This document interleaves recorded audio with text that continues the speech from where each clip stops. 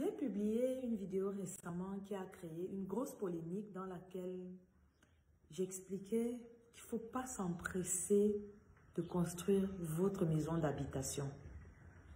Construire la maison, ce n'est pas une mauvaise chose, hein? Mais lorsque vous recevez beaucoup d'argent, savoir positionner cet argent-là, c'est capital. Je vais vous raconter deux petites histoires pour vous montrer qu'il y a des personnes qui font des investissements qui après ont d'énormes regrets. Mais ce qui est fait est fait. Et ici, on discute pour se donner des idées, pour ne pas tomber dans les mêmes pièges. Alors, il y a un monsieur dans la quarantaine qui a reçu un jour un héritage de son père, comme ça on l'appelle. Il a eu beaucoup d'argent, quelque chose comme 40 millions. Il reçoit l'argent, il achète un terrain de 500 mètres carrés, il lance les travaux d'une grosse maison d'habitation. J'insiste sur ce mot-là. 3 chambres, 2 salons et tout ce qui va avec, il commence. Sauf que, au jour d'aujourd'hui, la maison n'est pas terminée. Elle n'est même pas crépie. Le sol n'est pas coulé. On n'a même pas terminé de tôler la maison. Ils étaient obligés de séparer le côté qui n'a pas été tôlé. On a ramené les affaires de ce côté-ci. Et c'est comme ça qu'il vit. Et au jour d'aujourd'hui, ce monsieur-là, dès que vous lui donnez 2 billets, il vous appelle prési. Il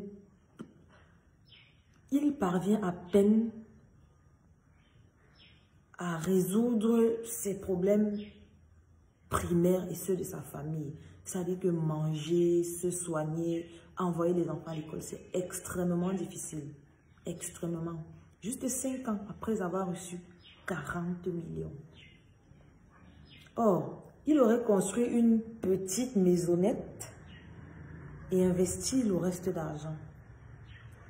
Pire encore même, il serait même allé déposer les 40 millions à la banque et dire que, ok, tous les mois, versez-moi un salaire de 300 000 francs et j'ai au moins 12 ans où je suis sûre que chaque fin du mois, j'aurai 300 000 de façon stable. Et après, je peux, dans mes 300 000, même faire encore des petites économies pour dire qu'un jour, je vais construire ma maison. Et aujourd'hui, il passe par des moments extrêmement difficiles. Et il ne travaille pas, hein, s'il vous plaît. Alors, le deuxième exemple, c'est un couple que je connais, 2 fonctionnaires. Ils sont sortis de l'école, ils ont eu le rappel, ils ont pris ce rappel-là tous les deux, ils ont acheté un terrain, ils ont commencé la construction d'une maison d'habitation, une très grosse maison. Ils ont fait la fondation, ils ont élevé, ils voulaient élever, l'argent était terminé. Ils se sont accordés, le couple, ils sont allés à la banque, ils ont pris un prêt d'argent. Ils sont revenus, ils ont élevé les murs, ils ont coulé la dalle. Maintenant, faire les travaux de finition, vraiment finition, là, c'est difficile. Mais bon, ils ont quand même réussi à crépir et à couler le sol. Et ils vivent dans leur maison. Ils ont chacun 1/3 de leur salaire. Et ça, c'est pour longtemps. Ils sont dans leur maison d'habitation. Ils y ont investi tout leur rappel. Ils sont allés prendre un gros prêt à la banque pour terminer cette maison d'habitation. Et aujourd'hui, c'est très difficile pour eux également. Avec les enfants, payer l'école, faire ce qu'il faut, c'est extrêmement difficile pour eux en ce moment. Construire la maison, c'est une bonne chose. C'est le rêve de nous tous qui ne voudraient pas être chez lui. Mais savoir à quel moment le faire, c'est important. Savoir comment piloter l'argent qu'on a, c'est important.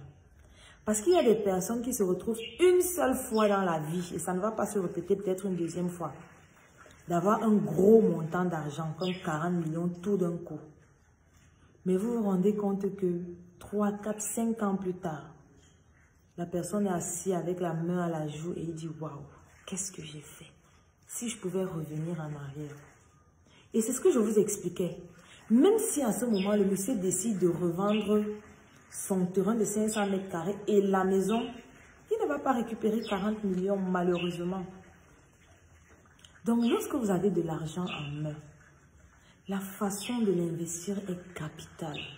La façon de l'investir est importante. Tous les deux auraient même pu construire une petite maison pour un début et se dire que ok, la maison de mes rêves viendra avec le temps. J'ai de l'argent que je dois investir parce que l'argent doit se multiplier. L'argent n'est pas fait pour être enterré quelque part. Tu déposes 40 millions comme ça, tu t'assois dessus alors que tu n'arrives même plus à manger à la fin du mois.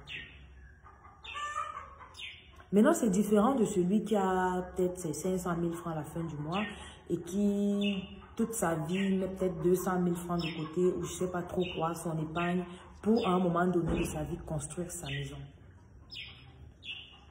Sachez positionner les argents que vous avez. D'accord? C'était ça le message en fait, tout simplement.